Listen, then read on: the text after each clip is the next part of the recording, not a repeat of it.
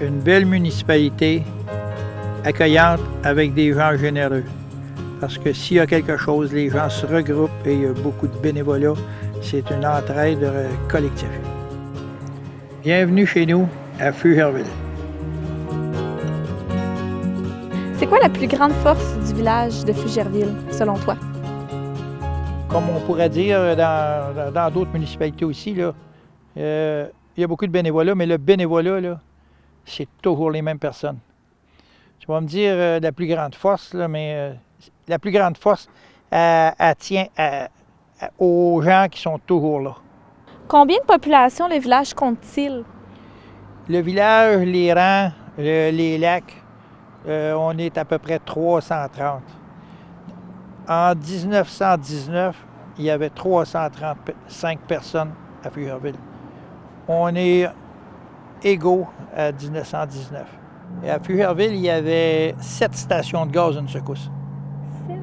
Oui, ma chère. 7 stations de gaz, une boucherie, l'autre côté du chemin, un restaurant dépanneur avec un garage, l'autre côté. La bâtisse qu'on a appelée l'hôtel pendant plusieurs années, c'était le couvent. Il y avait des religieuses. Moi, j'étais à l'école 2 ans aux religieuses. J'ai été gâté aux religieuses parce que j'avais 5 ans quand mes parents m'ont envoyé là. Bon, j'avais jamais sorti de la cour et je me cachais sur l'escalier pour ne pas aller à l'école. Finalement, mes parents descendaient et ils disaient ben là, je pense qu'il va falloir que tu ailles à l'école. Tu n'as pas le choix. Fait que j'allais à l'école à pied. Est-ce que les gens du village de Fugerville ont un nom, un surnom? Un surnom, c'est les Fugervillois. OK. Parce que c'est ça. C'est comme ça qu'on les appelle. C'est comme ça qu'il faut nous appeler. J'habite dans le village de Fugerville depuis 72 ans. Je demeure dans la maison que je suis né et que j'ai été conçu. Alors, je suis très accroché au passé, aux souvenirs. J'ai été agriculteur. J'ai pris la ferme suite au décès de mon père en 63. En 5-6 ans plus tard, je me suis marié. J'ai fondé une famille. J'ai eu 5 enfants. On a amélioré la ferme. Quand notre père est décédé, on avait à peu près 14-15 vaches à lait.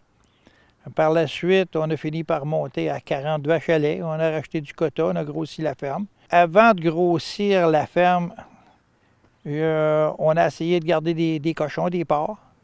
À 2 reprises, on s'est essayé.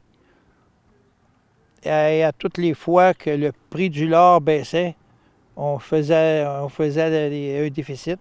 Alors, on a éliminé les porcs de notre production. J'ai fait de la trappe, ce qui m'a amené à garder des renards.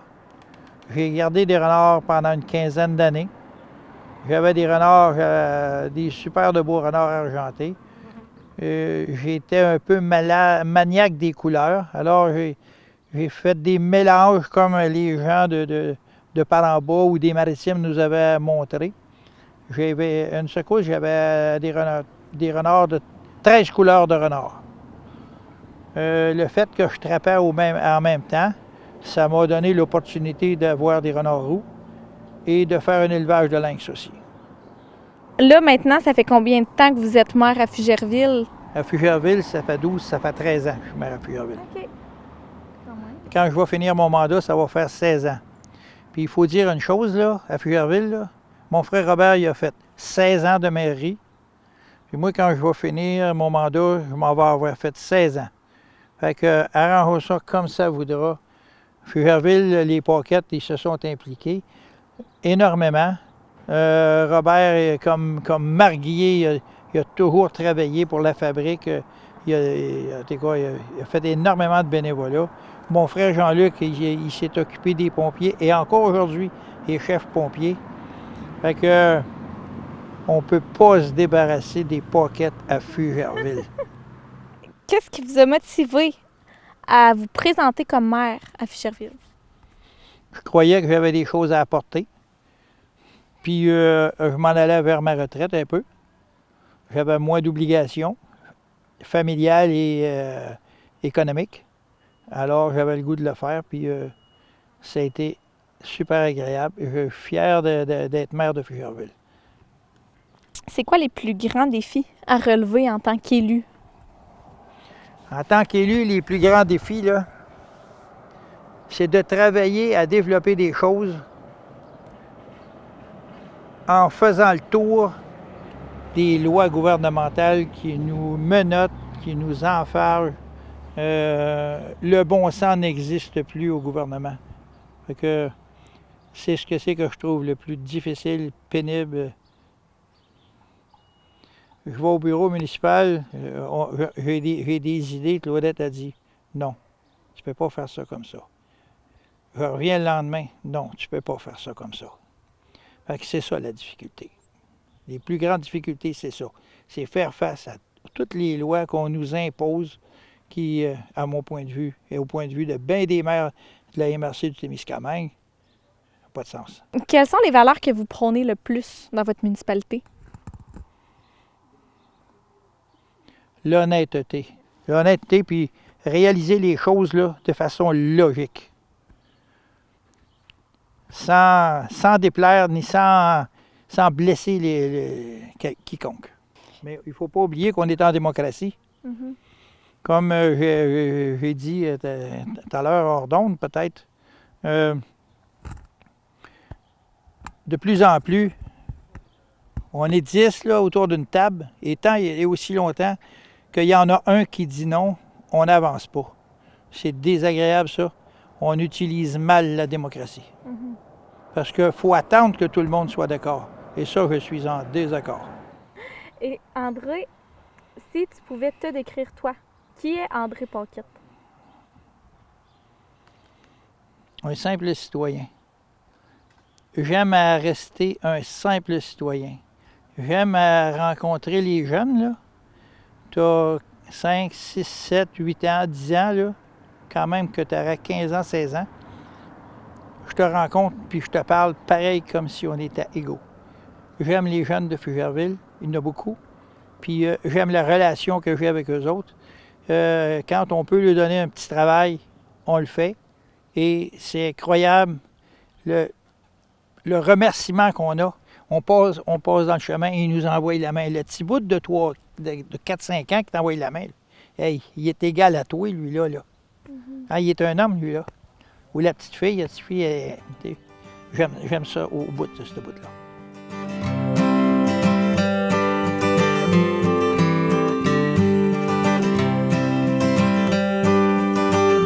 André, où est-ce qu'on se trouve présentement? Présentement, on se trouve en périphérie, si on veut, du village. Là. On est à l'endroit où le draper a été construit. Et ça fait partie des origines du développement de la municipalité de Fougerville. Tu vois, il reste des gros morceaux de bois. Parce qu'il avait fait un chantier ici. Le draper, ils l'ont construit là. Et ils le mettaient à l'eau en le tirant parce qu'il y a deux dans le lac. Il y a deux pires, des crèbes, là, plein de roches. Puis ils mettaient on va dire un winch, là, si tu veux, là, mais. Okay. Puis il ramenait le bateau à l'eau de cette façon-là. À côté ici, là? Dans le lac, okay. Oui. Il y avait une traque qui s'en allait jusque dans l'eau. Parce que le draper, là, je pense que, si je me rappelle, c'était 100 tonnes de fer. Okay. J'aime me dire que le draper a été construit à Fougerville. En quelle année est-ce que le village a été fondé? Le village a été fondé officiellement au niveau municipal en 1912. Okay. Mais avant 1912, dans les années 1880, il y avait des gens qui travaillaient en forêt. Il y avait des gens qui, si on veut, qui travaillaient à faire du développement, à tirer des lignes, à tout organiser la municipalité, si on veut. Les premiers arrivants là, qui sont arrivés à Fougerville là, sont arrivés par le chemin des 15. Ils sont arrivés avec des chevaux. Ils ont établi un campement là où c'est qu'on appelait avant ça le Pont Rouge. Présentement, c'est Lionel Perron qui reste au Pont Rouge. Et c'est M. François-Xavier Brassard qui a été le premier à s'établir au Pont-Rouge, le premier établi à Fougerville. Il y a eu plusieurs autres personnes qui sont venues le rejoindre, exemple des bords de l'eau, des 1000 jours. Mais c'est ça, les premiers, c'est eux autres. Et il avait bâti un campement et il a passé au feu. Puis là, je crois qu'ils ont rebâti. Dans les mêmes temps, il y a des gens qui achetaient des lots. Exemple, sur le rang 8, là où c'est qui est le village présentement. Et je ne sais pas si c'est le curé, l'évêque, mais ça doit être avec les deux, avec les citoyens, ont décidé que le village se ferait là où il est présentement. Parce que c'était supposé d'être, comme j'ai dit, au Pont-Rouge. Ben dans ce temps-là, là, au niveau de l'économie, là, tout le monde faisait de la business quasiment. Parce qu'à Fougerville, là, il y avait un moulin à scie. Il y avait un homme qui avait un moulin à scie. Je crois que c'était M. Trudel. Après ça, il y a eu un forgeron. C'était Édouard Brassard. Le village s'est construit comme ça. Puis l'agriculture, c'est arrivé quand? L'agriculture, c'est arrivé avec les coupeurs de bois, ainsi que il y a eu, ils appelaient ça la grande crise, là. Okay. Je ne me souviens pas exactement, là, au début des années 1900. Ça a fait en sorte que les gens sont partis des villes, ils sont venus s'établir au Témiscamingue, en Abitibi peut-être, mais le Témiscamingue a été peuplé à partir de gens qui étaient en difficulté en ville, crevaient de faim. Ils se sont envenus ici. Ceux qui étaient smart, qui étaient travaillants, ils sont restés parce qu'ils ont défriché leur terre. Il y avait une vache, 2 poules, un cochon, puis tout le monde s'entraidait. On construisait une grange. C'était tout le monde qui participait à construire la grange. Fait que c'est comme ça que les municipalités du Témiscamingue, possiblement de l'Abitibi, ont été développées. Est-ce qu'il y a une anecdote marquante propre à votre village? Je peux te donner une anecdote que j'ai sincèrement bien appréciée. C'est le jour où Mme Trudel, j'étais motif, a eu 100 ans. J'avais dit au conseil municipal, moi, je veux aller porter des fleurs à Mme Trudel. Elle a 100 ans. Alors, je suis allé porter les fleurs à Mme Trudel. Elle s'est assise à côté de moi et elle s'est mise à me raconter comment elle avait commencé en agriculture et comment elle aimait travailler dehors, conduire les chevaux. Le téléphone a sonné. Sa belle-fille lui a dit « Grand-maman, le téléphone, il y a quelqu'un pour vous. » Elle ne voulait pas aller au téléphone. Alors, c'est le plus beau moment que j'ai vécu. Puis Mme Trudel, elle, c'était quoi son rôle dans la municipalité? Mme Trudel, elle avait 101 ans. Son rôle, c'est d'être vieille. Puis elle faisait quoi dans la vie? Elle était agricultrice? Oui, avec son mari. Okay. Puis elle a élevé, je crois, 10 ou 11 enfants. Quand moi j'étais jeune, là, à Fougerville, il y avait tout près de 1000 personnes. Présentement, on est 330 à peu près. Il y avait du monde partout. Il y avait des petits gars et des petites filles partout. Il y avait des animaux partout. Et la rivière, la Lutte là, qui passe en arrière du village, là, nous autres, tous les petits gars, on allait à la pêche. Et tous les petits gars, on prenait de la truite. Et depuis qu'il n'y a plus d'animaux, il n'y a pratiquement plus de truite. Fait qu'au niveau environnemental, quand on nous dit que l'effet des animaux sur les ruisseaux, sur les criques, les rivières, ça a un impact comment je dirais, négatif pour le poisson, je suis vraiment pas certain, je le crois pas.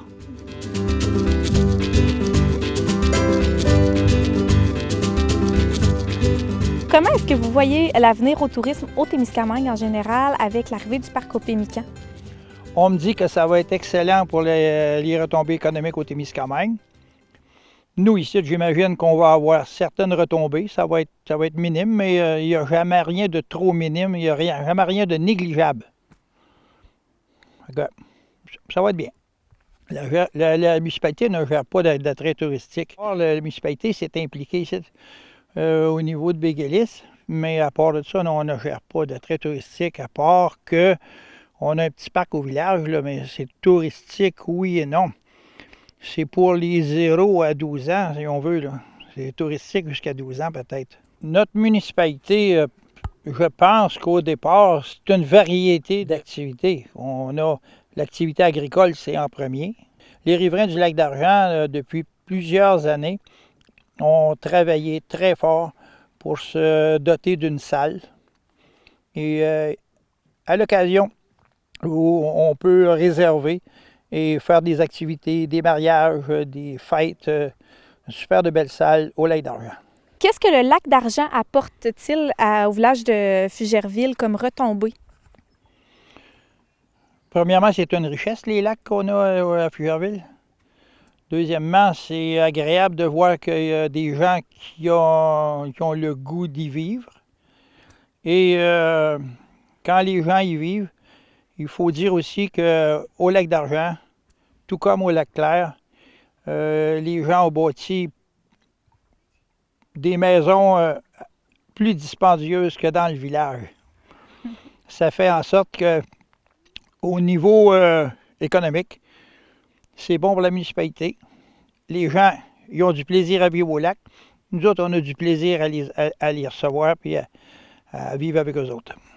Présentement, on est sur anciennement le domaine de la Béguélis, qui était au départ pour la production forestière. Il a été modifié en cours de route. C'est devenu à but non lucratif, une corporation à but non lucratif, une colonie de jeunesse pour les jeunes. Ça a été modifié à plusieurs reprises. Depuis quelques années, la municipalité s'est impliquée aussi pour ne pas le perdre, le domaine, parce que ça avait une valeur, je dirais, inestimable pour la municipalité de Fugerville. Fait que la municipalité s'est impliquée et au cours du temps, on a fini par s'apercevoir que c'était trop lourd pour gérer de la municipalité. C'est une industrie, il faut que ça soit géré par le privé. Présentement, c'est le privé et les gens, j'imagine, en tout cas, j'ai parlé à certains gens, ils m'ont dit qu'ils étaient entièrement satisfaits du déroulement là, de cette équipe-là. Moi, c'est Annie Bellumeur. Comme copropriétaire, il y a Mario Ouellette, Julie Bellumeur, Richard Bougie, Ghislain Bellumeur, Céline Carpentier et Alain Bellumeur. On a les terrains de camping pour les saisonniers, mais aussi à la journée, à la fin de semaine, à la semaine. On a les bâtiments qu'on utilise pour faire des groupes. On a des mariages, des réunions de famille, des parties de bureau. Il y a le chapiteau aussi. Fait qu'il y a beaucoup de groupes qui viennent passer des fins de semaine avec nous. Puis c'est nouveau il y a quelques semaines, on a aussi le service de traiteur. Quand les gens viennent chez Évasion Témiscamping, on a un petit dépanneur pour les dépanner, quelques trucs là, pour qu'on aurait besoin en camping. On a de la viande, la location de barbecue. On a les pédalos, canots, kayaks qui sont passés gratuitement aux clients. Si tu as un terrain, si tu as de l'hébergement, tu peux utiliser les canots, kayaks et pédalos. Toute l'année, là, il y a la pêche, que ce soit l'été ou sur la glace. Le bateau, les gens ont des pontons, ils partent pour la journée en ponton. La plage, une très belle plage, beaucoup de familles viennent se baigner. On a les pistes en forêt, des sentiers pour aller marcher, pistes des bertises pour les enfants. Le monde aime beaucoup faire du VTT. Fait qu'ils arrivent avec le VTT, on accepte les VTT partout sur le terrain. Puis les animaux, ils aiment beaucoup apporter les animaux. Pourvu que les chiens sont en laisse, le monde tripe beaucoup là-dessus. Là. On a aussi une descente à bateau pour tous les types d'embarcations nautiques. On a un quai, puis la descente est en béton. On a aussi le terrain pas un terrain, mais un filet de volley-ball que les gens peuvent venir jouer au volley-ball. On a les jeux de fer. On a plusieurs activités pour occuper les familles.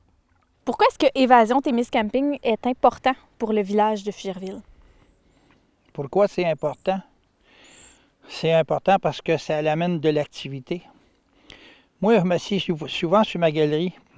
Et puis, le vendredi, on voit passer des roulottes jusqu'au dimanche et du dimanche jusqu'au mardi.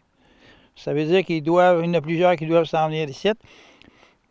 Il est évident qu'il y a l'autre côté aussi, le camping au Guélis. Mais les deux, je pense qu'il y a une super de bonne entente. Auparavant, quand c'était une corporation, il y avait une bonne entente. Si un manquait de place, il appelait l'autre pour dépanner le client et aider son voisin. On veut continuer à avoir des grands terrains pour que le monde ait de l'espace. On vise beaucoup là-dessus. C'est sûr qu'il va y avoir du développement qui va se faire assez vite. Présentement, on a 80 terrains, mais on prévoit une douzaine à l'automne minimum là, en développement. C'est sûr que nous, on aime beaucoup les chevaux. Fait que probablement, dans les années futures, il va y avoir quelque chose qui va se passer avec les chevaux. Je ne peux pas vous dire exactement quoi. Ça va être de la randonnée, ça va être un service de camping cheval, mais on aimerait bien avoir des chevaux sur le terrain. Puis pourquoi, André, est-ce que tu as choisi cette entreprise-là comme attrait touristique à Fugerville? Bien, il est évident. On n'a pas d'autres campings, sauf un camping sauvage. On a le lac d'Argent. C'est un super de bel endroit, mais il n'y a pas de location comme ici.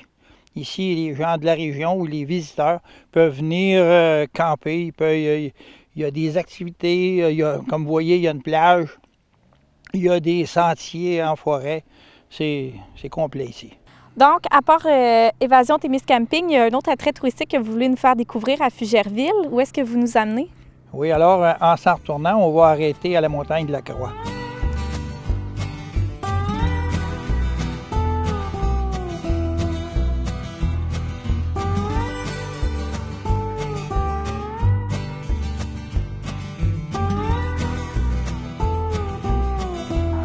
Donc, André, on va parler de votre deuxième attrait touristique que vous nous avez choisi. Puis là, bien, pour mettre les gens en contexte, où est-ce qu'on est présentement? Présentement, on est au pied de la montagne de la Croix. Puis est où la croix? Sur la montagne. Donc, si on va en arrière d'où est-ce qu'on est positionné en ce moment, à la croix de Fugerville. Puis cette croix-là a une histoire assez spéciale. Peux-tu me la raconter? Dans les années 1916, il y a sévi une grippe qui appelait la grippe espagnole.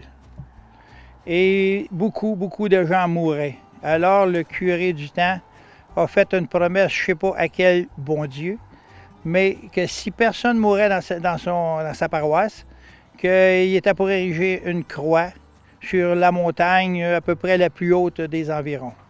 Officiellement, personne n'est décédé, mais apparemment qu'il y aurait eu deux jeunes qui seraient décédés. Peut-être qu'ils ont déménagé dans une autre municipalité pour ne pas nuire à la construction de la croix, je ne sais pas. Fait que le curé, étant donné qu'il n'y avait pas eu de décès dans sa paroisse, en 1917, a rassemblé les citoyens et ils ont décidé, ils ont construit une croix.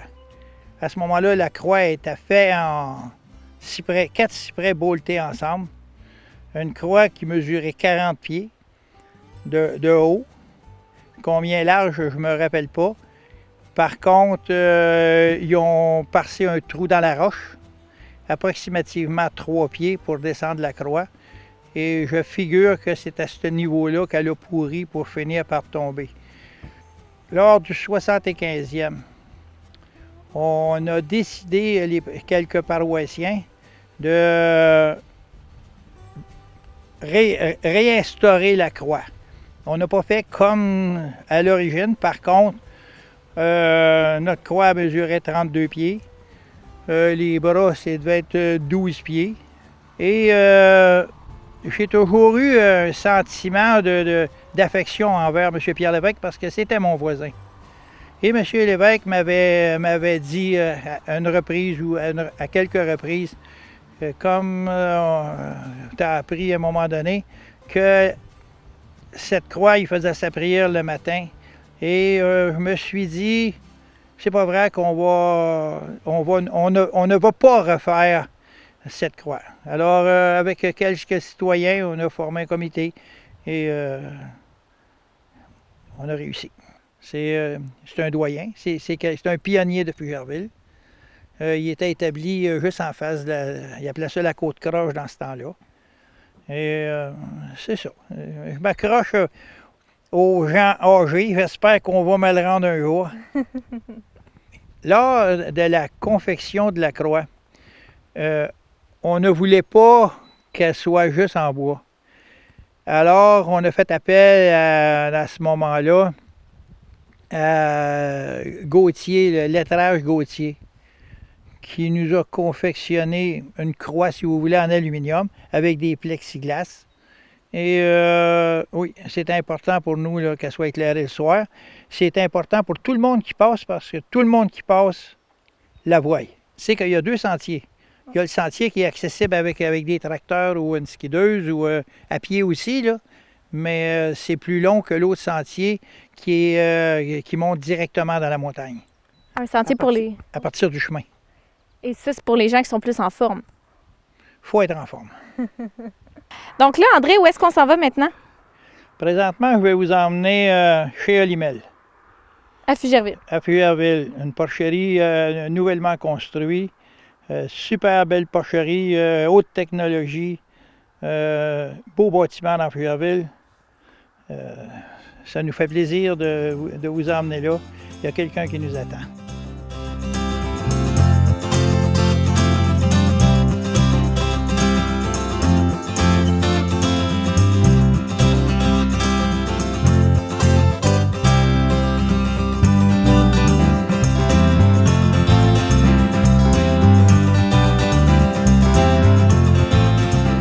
Présentement sur le terrain des fermes boréales à Fugerville. Pourquoi est-ce que cette entreprise-là est la plus grosse entreprise à Fugerville? Bien, visiblement, c'est la plus grosse. Il y a aussi qu'au départ de la municipalité, à Fugerville, il y avait déjà des porcheries. Ça fait en sorte que les fermes boréales s'est établie ici. Et c'est l'endroit où il y a le plus de porcs au Témiscamingue présentement. Est-ce que c'est le moteur économique de Fugerville?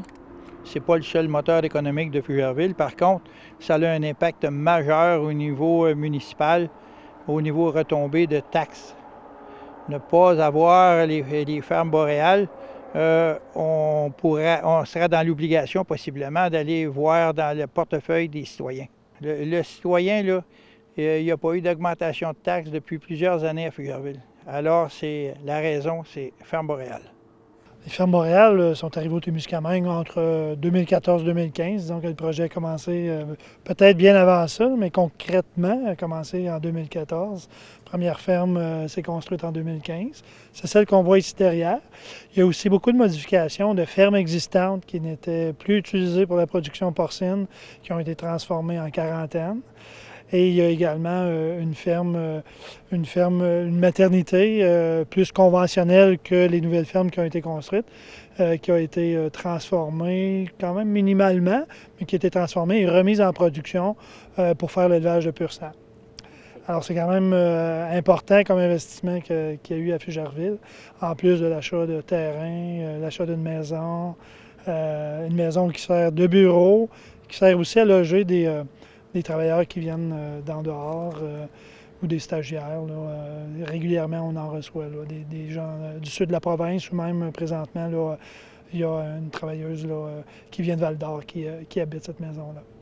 Les fermes boréales ont permis aussi l'arrivée de nouveaux arrivants. On a un employé qui vient de la Belgique, qu'on a attrapé au passage. On a des employés qui viennent aussi de l'Abitibi, passablement, quelques-uns. Il y a des retours en région, des gens qui étaient en dehors de la région, mais qui venaient de la région et qui sont revenus en région, sachant qu'il y avait un emploi qui les attendait aux fermes boréales. Ils avaient les qualificatifs pour rentrer chez nous, alors on les a engagés. Les fermes boréales, si on prend juste la municipalité de Fugerville, on a tout près du cinquième là, de notre staff là, qui habite là, la municipalité de Fugerville, qui a une maison ou un loyer ici. Là.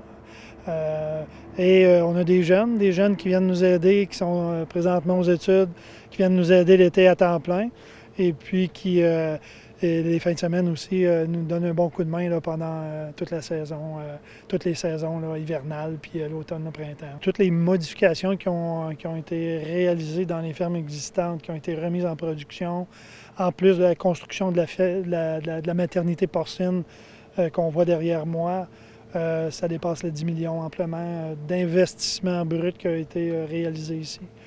Après ça, ben là, c'est sûr que chaque année, tout ce qui est maintenance, entretien, tout ce qui est aussi achat d'intrants, ça se fait ici localement beaucoup. Alors, c'est sûr que c'est des montants quand même assez intéressants là, qui retombent ici, en plus des salaires. Hein, les salaires qu'on donne à nos employés, c'est des gens ici donc, qui dépensent en grande majorité l'argent qu'ils reçoivent ici. Là. Fait que moi, je pense que c'est considérable. Je ne pourrais pas vous le chiffrer, mais c'est quand même assez important. Là. Présentement, dans les seules fermes sur le territoire de Fugerville, dans le fond, il y a 2 quarantaines, il y a 3 unités d'élevage, une petite maternité de 450 à 500 truies et celle derrière moi qui a 2360 truies de capacité. Mais on a à peu près une quinzaine d'employés à temps plein. Et à temps partiel, ça peut monter jusqu'à 20 pour ces unités d'élevage-là. Et puis, mis à part les fermes boréales, est-ce qu'à Fugerville, il y a de la place pour de nouvelles entreprises, selon toi? C'est sûr qu'il y a de la place pour de nouvelles entreprises. On rêve de la 5e porcherie à Fugerville. Ça va finir par être une farce, mais j'espère que la farce va se concrétiser. On est vraiment heureux que vous autres, ça aille bien. Fait qu'on espère vous voir vous émanciper davantage dans Fugerville. Présentement, on est encore à la première phase des fermes boréales. Première phase, l'objectif, c'était d'avoir 5 maternités porcines. Présentement, il y en a 3 construites en production. Il y en a une 4e qui se construit présentement à Saint-Eugène-de-Guigue. Et il y en a une 5e qui est en planification et on n'a pas encore déterminé quel endroit on la construirait. Est-ce que Fugerville est encore dans la course? Je ne peux pas vous le dire, mais il y avait un projet à Fugerville aussi. Là. Présentement, là, il y a peut-être 3 endroits où est-ce qu'on pourrait là, construire une nouvelle maternité.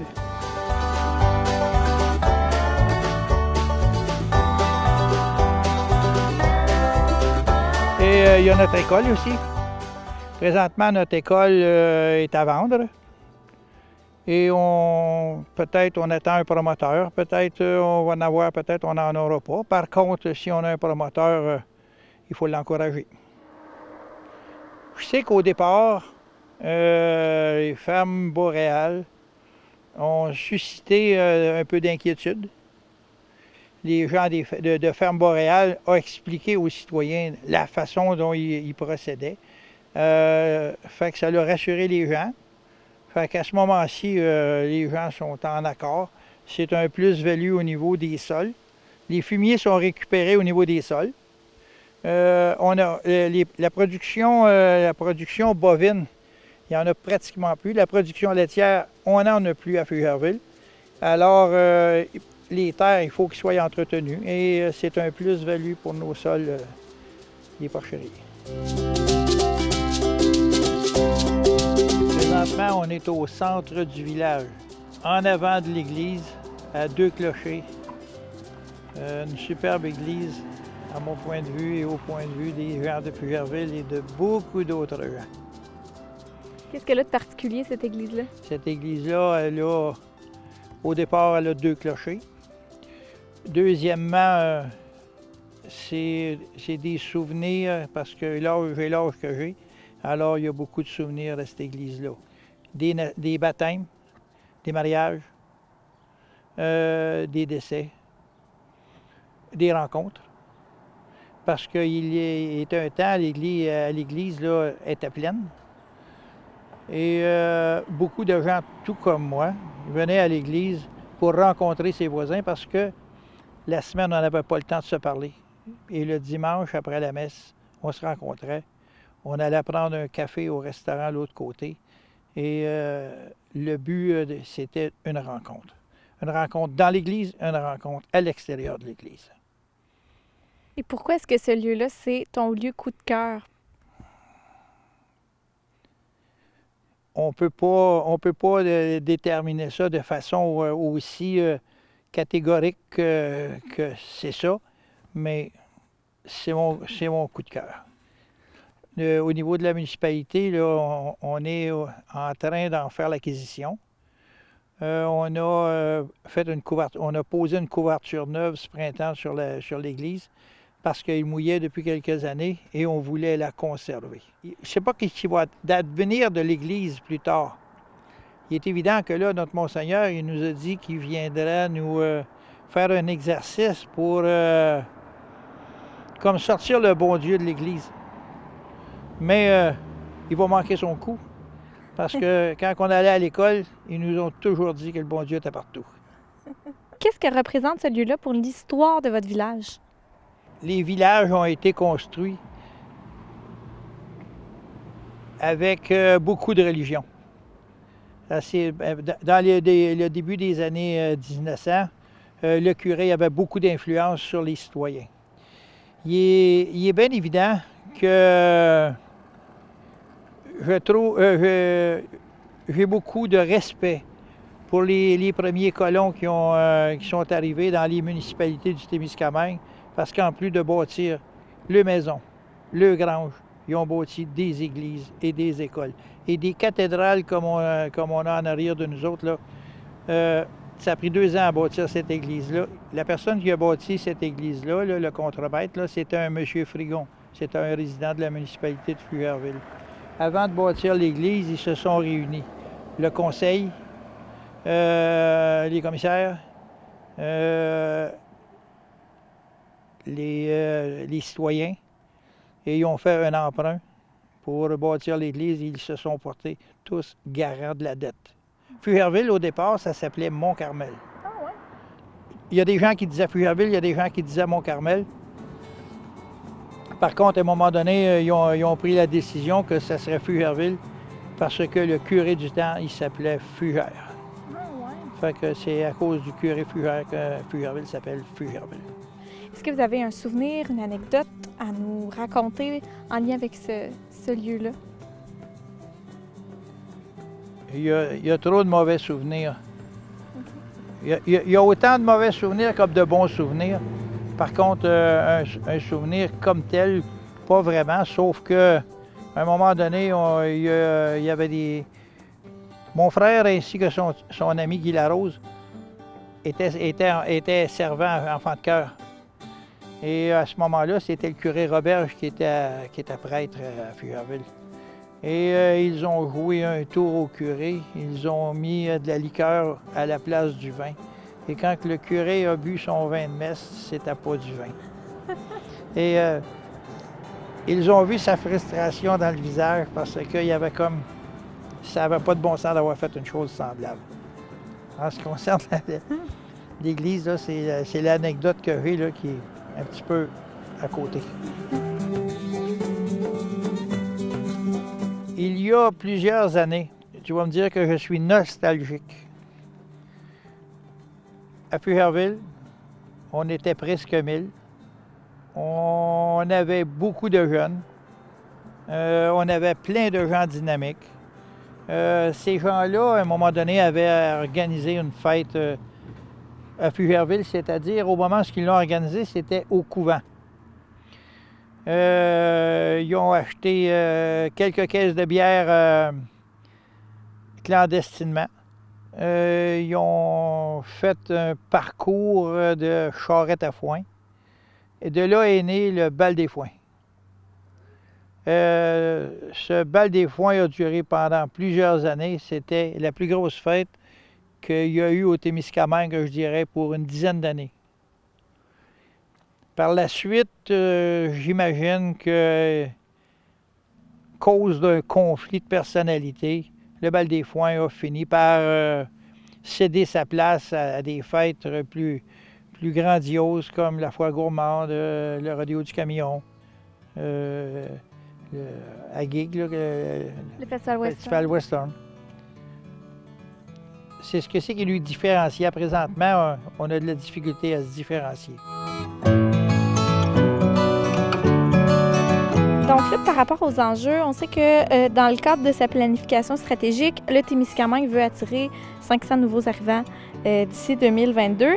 Est-ce que ça, c'est un objectif de votre municipalité d'accueillir des nouveaux résidents? On On est parfaitement d'accord à accueillir des nouveaux résidents.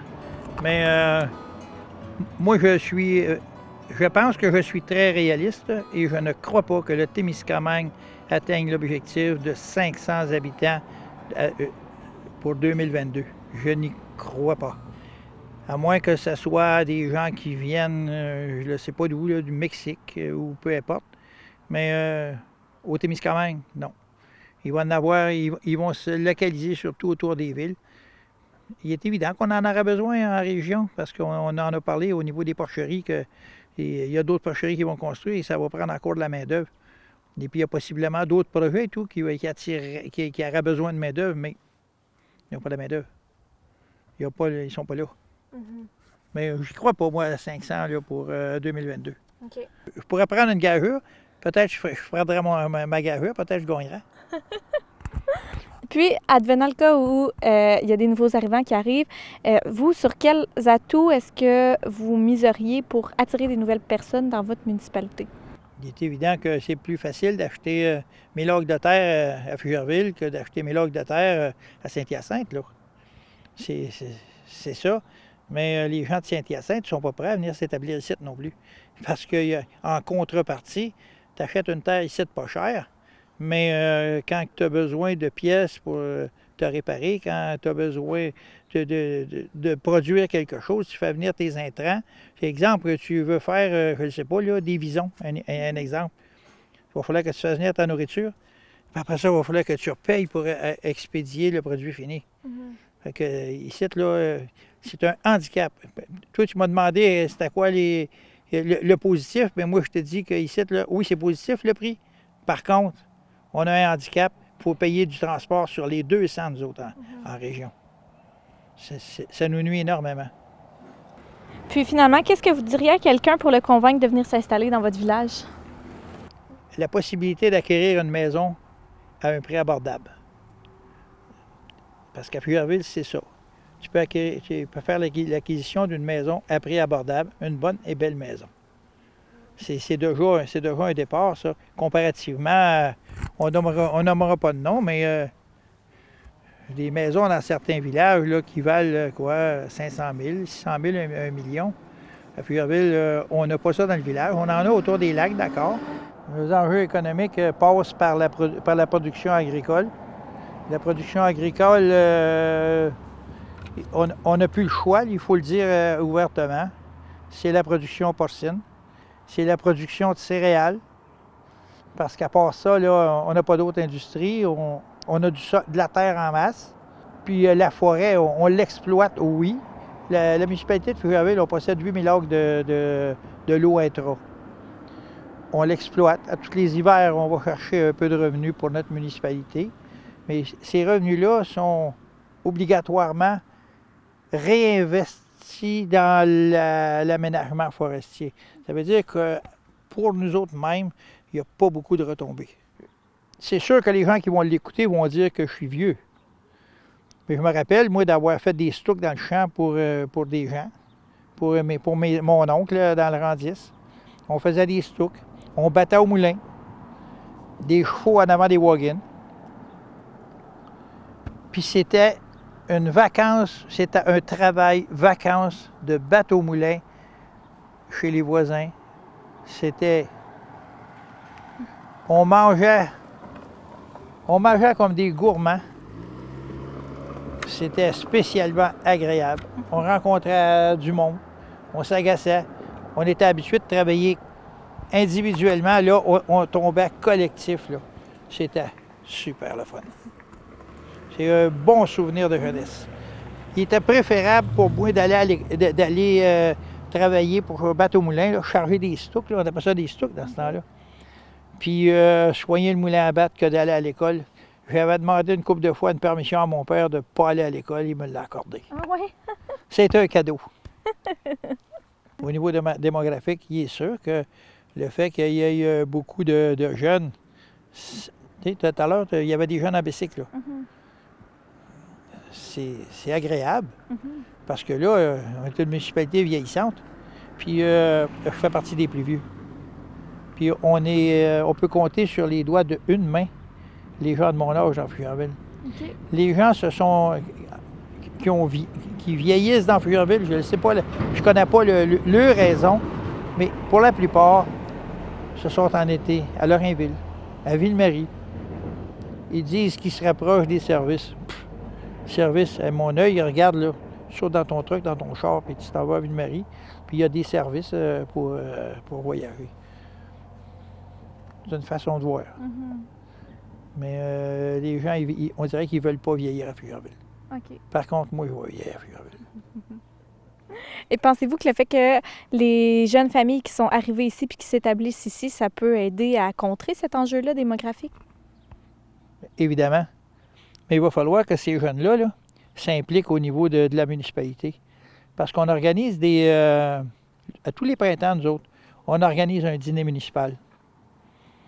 Et on voit très peu de ces gens-là à notre dîner municipal. Et il est gratuit. Et ils ont les invitations. On n'est toujours pas pour aller les chercher par la main. Qui va remplacer des gens comme moi ou la génération après moi? Si eux autres ne s'impliquent pas. S'ils ne s'impliquent pas aujourd'hui, demain, ils vont faire quoi? Ils vont s'impliquer demain? J'y crois pas. J'y crois pas. Puis vous, votre souhait, ce serait qu'ils s'impliquent? Exactement. Puis, ça presse. Ça presse. Tu peux pas toujours demander sans jamais rien donner. Parce qu'en réalité, on veut un parc. On veut des amusements, on veut des loisirs, on veut que ça soit bien fait, on veut que ça soit agréable. Mais si toi, là, tu demandes tout le temps, tu ne donnes rien, là, ben l'autre à côté, il sèche. Puis la collectivité ne s'enrichit pas de ton aide. Puis vous, j'imagine que ça vous ferait plaisir de guider ces jeunes-là dans l'implication ici à Fougerville? C'est bien sûr. C'est bien sûr, quand il y a quelque chose d'organisé, comme le dîner que je parlais tout à l'heure, on va se rencontrer, puis à un moment donné, ben, on se connaît, on peut se parler. Le jeune, à un moment donné, là, ils ont quasiment tous des métiers, ces jeunes-là. Bon, ben, tu rencontres tu as besoin de faire une soudure, tu as besoin de faire du mécanique. Le jeune, c'est ça qu'il fait. Bon, ben, il est là. Tu peux y parler, tu peux lui demander des conseils. Tu sais, je veux dire, il y a un échange qui se fait. Quels moyens est-ce que vous envisagez de prendre ou auriez-vous envie d'entreprendre pour contrer ces enjeux-là? Toutes les fois qu'il y a une invitation, qu'elle soit obligatoire. C'est ça.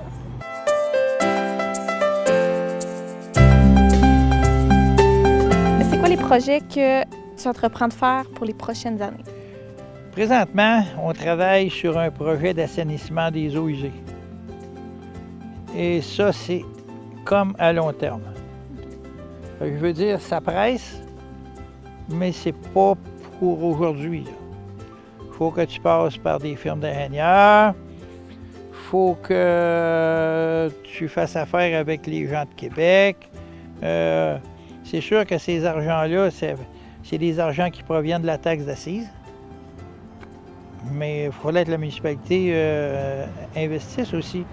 Si tu regardes la rue, c'est là, demain matin, on décide qu'on brise l'asphalte pour remplacer la tuyauterie souterraine. Il faut que le ministère des Transports soit d'accord aussi.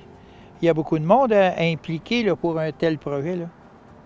Puis comment est-ce que ça nécessite votre implication? Ça nécessite notre implication parce que la taxe d'assises au niveau de ce projet-là, c'est comme une subvention. Okay. Et j'ai jamais vu le gouvernement accorder des argents sans que toi, tu aies à en mettre toi et tout. Bien, il faut que tu fasses ta part, là. Quel est votre plus grand souhait pour votre municipalité? Que nos jeunes s'impliquent. C'est mon plus grand souhait. Dans le meilleur des mondes, comment voyez-vous l'avenir de votre municipalité? Présentement, suite à ce que je viens de dire, j'ai beaucoup d'inquiétudes. Je ne sais pas comment est-ce que ça va se passer, comment est-ce que ça va se dérouler. Je suis inquiet aussi beaucoup parce que notre directrice générale pense à se rapprocher de sa fille puis sa petite fille. Ça va faire en sorte que c'est une personne très compétente, difficile à remplacer. C'est le regroupement d'entraide sociale qui avait parti ce projet-là. OK. Puis, là, tu vois, il y a une nouvelle petite famille qui est arrivée. Là, ils ont 5 enfants, puis on est en train de montrer comment cultiver. Là. Fait que comment tout entretenir un jardin, puis elle connaissait pas ça. Fait que c'est l'impact qu'on voulait, là, tu sais. Oh, c'est cool! Oui. Fait que là, c'est vraiment des personnes là, qui montrent à d'autres comment faire. Puis là, après, avec les récoltes, vous les donnez aux familles? Ben oui, puis là maintenant avec la nouvelle cuisine de conservation qu'on va partir, là, on avait acheté des équipements là, pour faire une cuisine de conservation avec le comité de l'Est. OK. Puis là c'était à la salle municipale, fait que là on va pouvoir montrer aussi aux familles là, comment conserver les légumes pour l'hiver. OK. On a un surgeleur, séchoir, on a un scelleur sous vide. Fait que c'est comme la deuxième étape. Là. Okay. Parce que c'est bien beau avoir les légumes l'été, mais comment faire pour pouvoir en avoir accès l'hiver. Fait que, ouais, c'est un beau projet ce qu'on a eu. C'est 100 degrés. C'est 10 000 $ qu'on a eu de subvention. Puis on a acheté des équipements avec ça. Je ne vois pas vraiment qui peut faire la job. C'est sûr qu'il y a quelqu'un quelque part. Il y a toujours quelqu'un quelque part. Mais demain matin, la DG s'en va, moi je m'en vais. Je me mets à regarder partout ce que c'est qui prend la pôle. J'ai des inquiétudes à ce niveau-là. Mais si on parle dans le meilleur des mondes. Le meilleur des mondes, ça serait qu'on trouve une mine d'or comme à Malartic. Parce qu'on a plein de montagnes. Pourquoi pas? Une mine d'or comme à Malartic. Ça serait important. Mais on n'a pas ça. Fait que je pense qu'il faut travailler, il faut essayer de trouver quelque chose. Puis il est vrai que je tiraille fort sur les gens de Limel pour avoir la deuxième porcherie dans Fougerville, la 5e au niveau de Témiscamingue. Ça serait, au niveau économique, ça serait une très bonne chose. Mais ce que je trouve une aberration au niveau gouvernemental, c'est qu'à tous les fois que nous autres, on finit par avoir des retombées supérieures, exemple, Olimel, c'est approximativement 40 000 $ de taxes annuellement. Au niveau gouvernemental, quand on s'aperçoit de ça, on nous coupe de 40 000 $. Fait que comment tu fais pour évoluer dans un système comme ça? T'as jamais le bon bout, on dirait. T'es jamais au bon endroit. T'es tout le temps au même endroit, impossible d'avancer parce que t'as de suppléments, t'as de revenus supplémentaires. J'aimerais remercier TV Témis pour la visibilité qu'ils vont donner à notre village. Je te remercie beaucoup et je remercie ton caméraman. Vous avez été vraiment gentil. Merci André, ça nous a fait plaisir.